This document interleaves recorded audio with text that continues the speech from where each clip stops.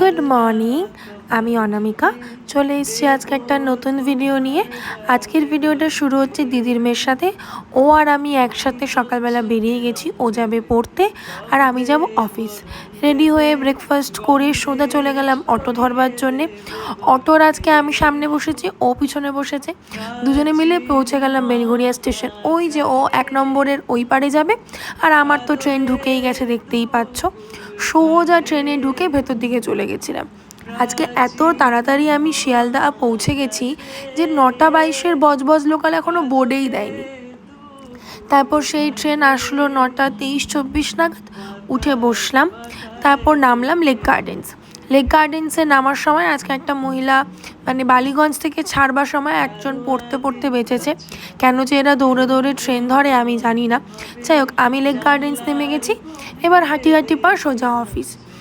এখান দিয়ে এখন রোজ যাওয়ার পথে আমার ওই ফাল্গুনির সঙ্গে যে মাঠটা রয়েছে, ওখানে যে পুজো প্যান্ডেলটা হয়েছে, ওটা রোজ দেখতে দেখতে যাব। আমার যে কি ভালো লাগছে, পুজো আসছে সামনে, আর বেশি দিন বাকি নেই।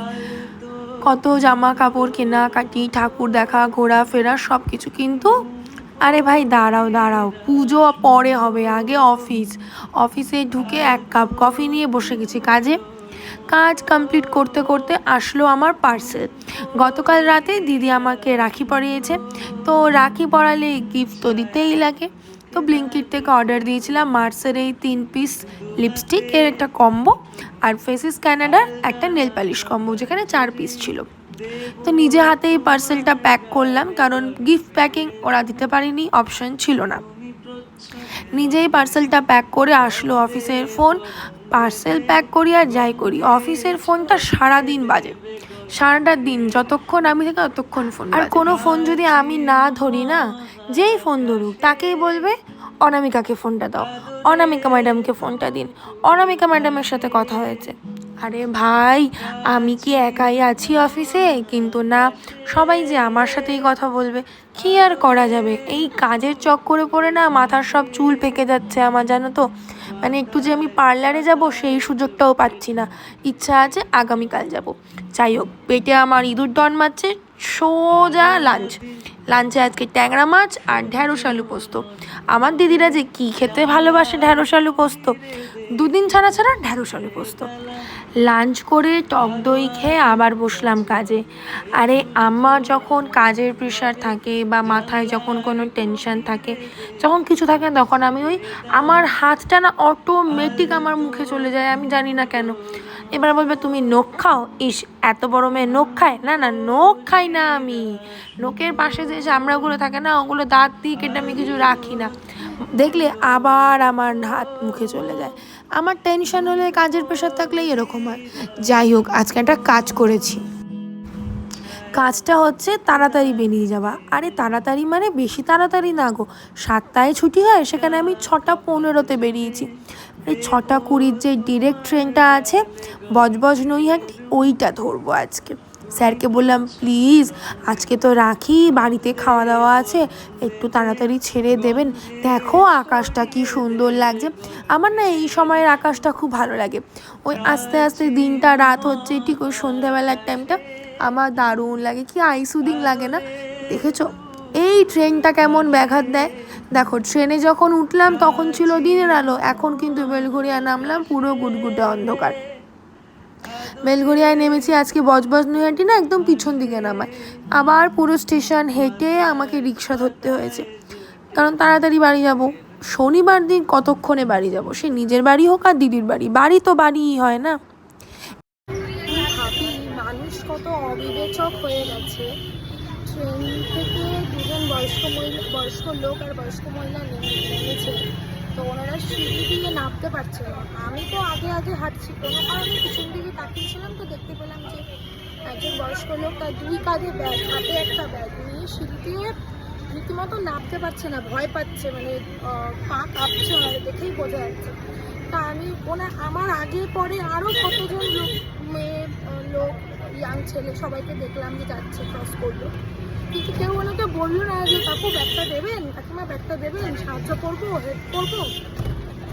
কেউ জিজ্ঞাসা করবে না। আমি যেই পেছন ঘুরে যখন থাকতেছি তখন দেখলাম যে ব্যাগ ওরকম, আমি হাতে যেই বললাম যে আমাকে দেবেন ব্যাগটা, আমি নিচে নিয়ে নামছি, তো উনি দিল। তারপর আমার দেখা দেখি আরেকজন মেয়ে বললো যে তাহলে হ্যাঁ আমাকেও দিন, আমিও ব্যাগটা নিচ্ছি। মানে ওরাও তখন নামছে, ওরাও বুঝতে পারেনি, ওনার পিছনে ছিল। সামনেটা তো দেখলে না দেখলে বোঝা যাচ্ছে না যে মানে বয়স্ক কি পারছে কি পারছে না।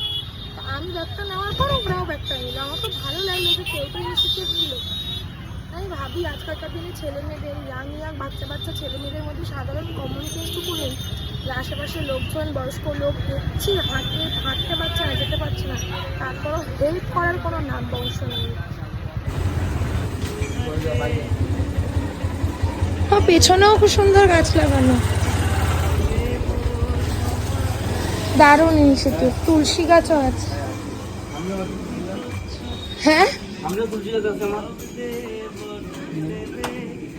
বাহ, খুব ভালো ইনিশিয়েটিভ।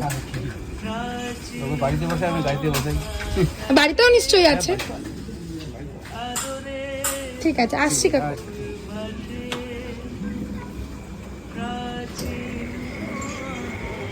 কাকুকে আসছি বলে চলে আসলাম। ঘরে ঢুকেই দিদির হাতে আর কি গিফটটা দিয়েছি যে দেখ তো তোর পছন্দ হয়েছে কি না। তো দিদি তো বললো বেশ ভালোই হয়েছে, তবে এখনও পরেনি কারণ রিমুভার শেষ হয়ে গেছে। এখন আমি আজকে বেরোবো, বেরিয়ে রিমুভার কিনবো দেন।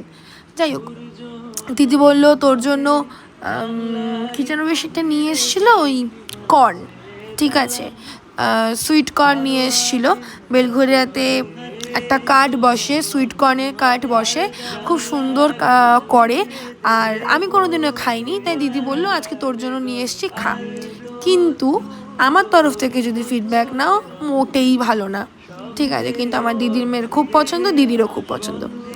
আমি বললাম দিদিকে তুই আমাকে একটু চা করে খাওয়াবি, একটু ভালো করে কষিয়ে রসিয়ে আদা দিয়ে এলাচ দিয়ে একটু চা কর।